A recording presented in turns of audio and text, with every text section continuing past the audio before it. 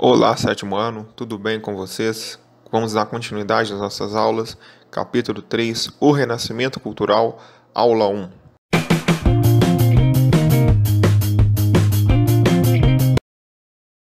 O contexto histórico que antecedeu a chegada do Renascimento na Europa foi marcado, em primeiro lugar, pela crise do feudalismo. Nós estudamos no ano passado que a Europa passou por várias crises, como pestes, doenças, guerras, que consequentemente levaram à morte de várias pessoas na Europa. Outro ponto a se destacar é que a cultura medieval nesse momento, ela era voltada para o teocentrismo e o dogmatismo, e também a desvalorização da natureza e do homem. Ou seja, tudo o que acontecia, quem tinha que dar as respostas era a Igreja Católica. E nesse momento, a resposta da Igreja era sempre que tudo o que acontecia ela era pela vontade de Deus, ou porque as pessoas estavam em pecado.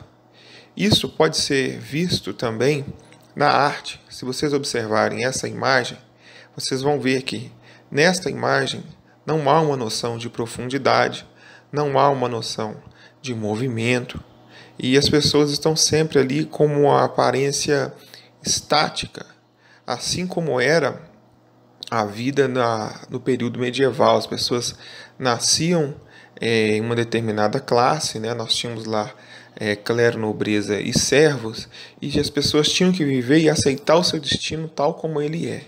Então essas são aí algumas características da arte que representa a cultura medieval. Significado do termo renascimento, nós podemos dizer que significa um novo nascimento da cultura europeia, notadamente nas artes.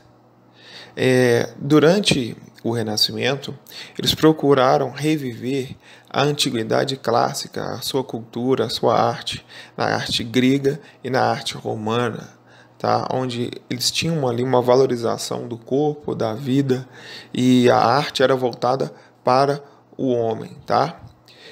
Neste contexto, nós tivemos o surgimento da burguesia e assim uma demanda para uma cultura adaptada a uma visão de mundo menos religiosa e mais aberta aos prazeres da vida.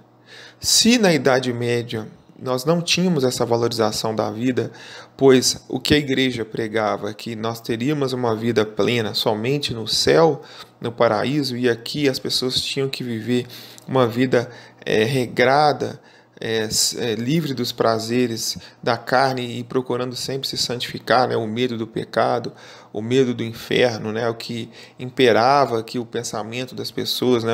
Como a igreja detinha o monopólio do conhecimento, era exatamente isso que ela passava para as pessoas, tá?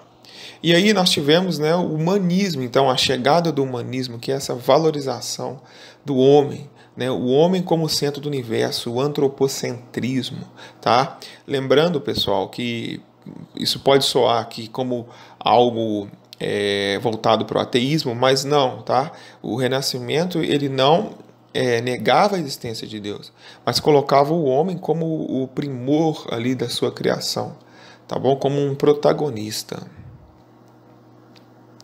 E para justificar o Renascimento ali como um período maravilhoso, um novo nascimento, eles procuraram negar a Idade Média e chamaram, né, de um termo pejorativo de a Idade das Trevas, como se o mundo ali vivesse com ausência de luz, de conhecimento, de desenvolvimento, tá bom? Mas isso já hoje em dia, né, já há algum tempo, já os historiadores já colocam isso como um termo preconceituoso, ok?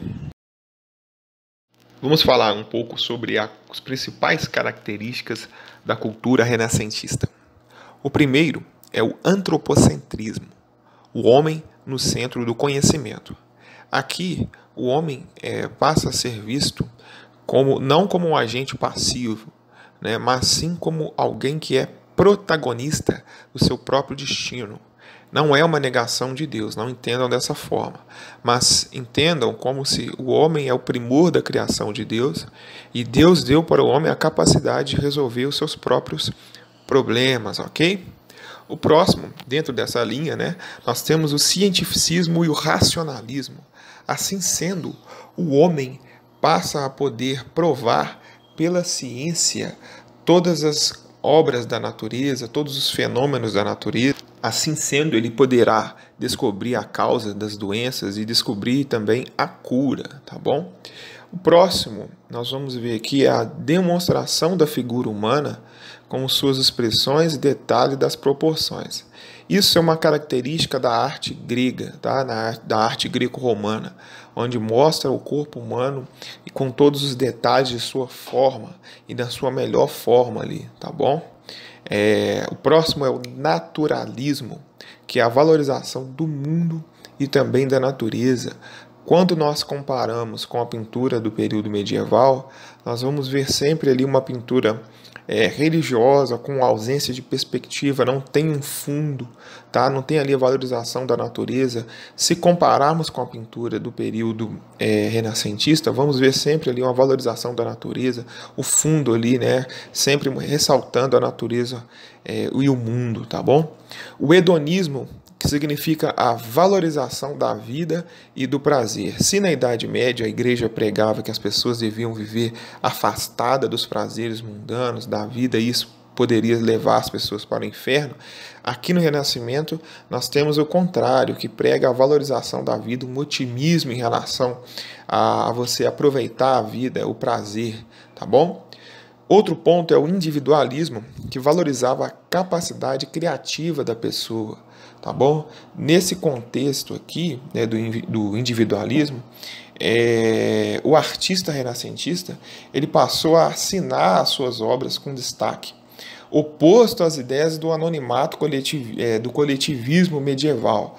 Tá? No artista medieval não costumava assinar suas obras.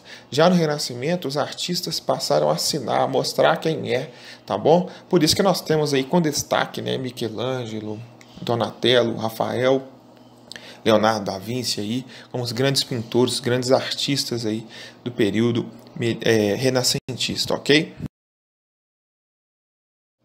Mas quais foram as causas que levaram essa transição do mundo medieval, do pensamento teocêntrico para um pensamento já antropocêntrico, valorização do homem, da vida? O que aconteceu? Nós podemos citar que, em primeiro lugar, aqui, a crise intelectual do clero, né? Ocorreram alguns problemas, principalmente no século XIV na Europa, onde tivemos a peste negra, que dizimou grande parte das pessoas, a grande fome, enfim. E a Igreja Católica ela não conseguia resolver esses problemas. Ela sempre justificava esses problemas como um pecado, que o mundo estava acabando, e por causa do pecado das pessoas, Deus estava castigando elas ali, e não tinha uma resposta, uma questão como resolver, tá bom? E assim, né, nós tivemos a valorização da ciência que conseguiu resolver ali o problema da peste negra, as causas, né, que hoje já são conhecidas, enfim, desde do final ali, né, da Idade Média. Outro ponto é a retomada do contato com o Oriente. O que aconteceu? Com a tomada de Constantinopla pelos turcos otomanos, várias pessoas, né, que viviam ali foram para a Europa, principalmente para a Itália, tá? E trouxeram livros, né, que estavam guardados ali, escritos, né, que guardavam ali a herança da cultura greco-romana e passaram ali a reproduzir durante no período renascentista, nas grandes cidades italianas da época que viviam do comércio, né, uma burguesia forte ali, e passaram então a aproveitar essa herança, né, da cultura greco-romana que estava guardada ali durante muito tempo pelas pessoas que viviam ali em Constantinopla, ok? Nós tivemos também o mecenato, que é o ato de patrocinar e investir em arte e cultura. Dentro desse contexto, pessoal, a burguesia ela financiava os artistas para eles fazerem as obras, né, mostrando ali a vida deles, né, não só na questão da pintura, mas na arte, construção de grandes obras ali. E nesse sentido, a Igreja Católica ela não ficou para trás.